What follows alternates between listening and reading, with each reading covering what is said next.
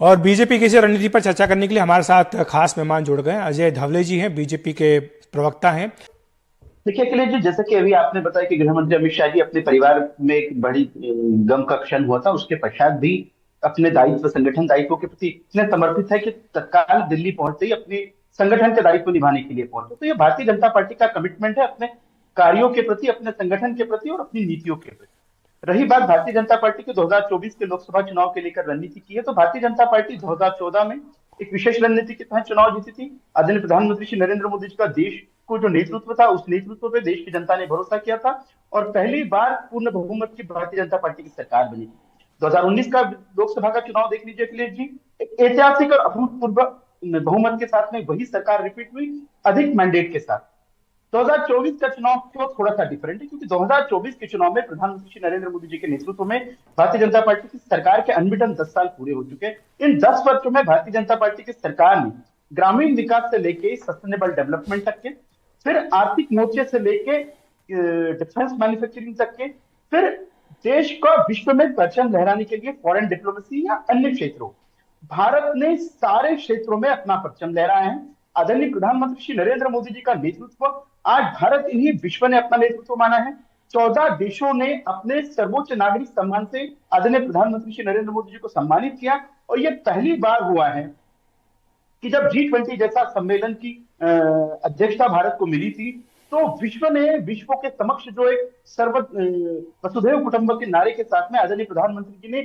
भारत का विश्व को लेकर क्या विजन है वो भी सबके सामने रखा है। 2024 का चुनाव इन्हीं सब मुद्दों को, इन्हीं सब बातों को कि हमारा नेतृत्व, आज भारत का नेतृत्व विश्व मान रहा है, तो निश्चित रूप से ये देश के लिए भी गर्व की बात है कि ऐसे नेतृत्व और ऐसे नेता को तीसरी बार चुनने का फिर से हमें मौका मिल रहा है। आप मध्य प्रदेश में आज जो आज बात कर रहे थे क्लस्टर प्रभारियों की बैठक है, तो निश्चित रूप से भारतीय जनता पार्टी का संगठन नित नए आयाम गढ़ते रहता है अपनी कार्य पद्धति में और नित नया प्रयोग करते रहता है। क्लस्टर का एक जो परिकल्पना संगठन द्वारा की गई है, जिसकी आधिकारिक घोषणा हो जाएगी, उसके माध्यम से भारतीय जनता पार्टी संगठन अपने ऐसे क्षेत्रों में पहुंचने के लिए और इतना माइक्रो मैनेजमेंट करने की आवश्यकता जो महसूस हुई है कि निश्चित रूप से कार्यकर्ताओं को बल मिले और जो वरिष्ठ पदाधिकारी, वरिष्ठ नेता हैं, वो क्लस्टर्स में डिवाइड होकर उन अपने कार्यकर्ताओं तक के जमीनी स्तर पे और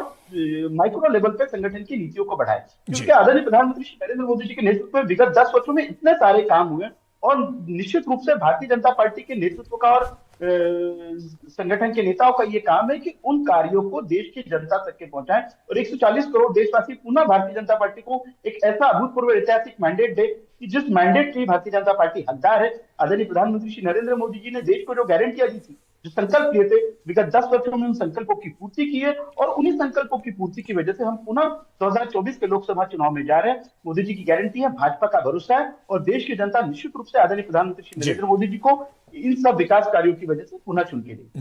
जी, तो अखिलेश जी, आनंद जी मेरे बहुत अच्छे मित्र हैं, ऊर्जावान प्रवक्ता है कांग्रेस के, लेकिन उनको दो चीजों का फैक्चुअल बात बताना चाहूंगा। आनंद जी, आपके समय जब यूपीए ने शासन छोड़ा था, देश, भारत विश्व की 11वीं बड़ी इकोनॉमी था, आज विश्व की 5वीं सबसे बड़ी इकोनॉमी है और जल्दी भारत विश्व की तीसरी सबसे बड़ी इकोनॉमी बनने की ओर है। आपके आपके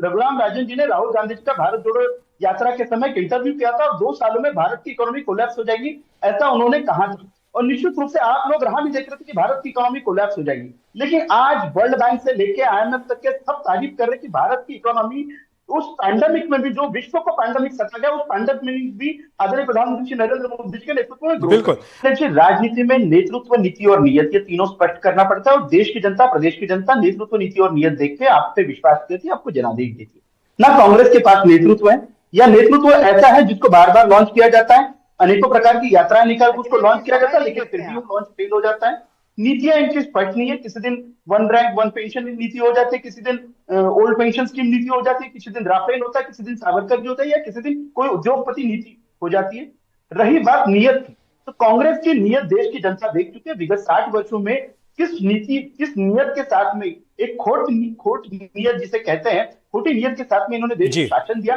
गरीबी हटाने का नारा देती थी कांग्रेस, लेकिन 70 वर्षों तक गरीबी नहीं हटाई। आज ही नीति आयोग की रिपोर्ट आई है अखिलेश जी, 24.5 करोड़ देशवासी वो गरीबी की रेखा से पार आए, और नीति आयोग की रिपोर्ट ने मल्टी डायमेंशनल पॉवर्टी इंडेक्स से ऊपर जो लोग आए जी। उनके बारे में स्पष्टता दी है। तो उत्तर प्रदेश, मध्य प्रदेश जो बीमारू भाग वाले राज्य थे, आज विकसित मध्य प्रदेश, विकसित उत्तर प्रदेश है, और विकसित भारत में कंट्रीब्यूट करने वाले प्रदेश बन रहे हैं।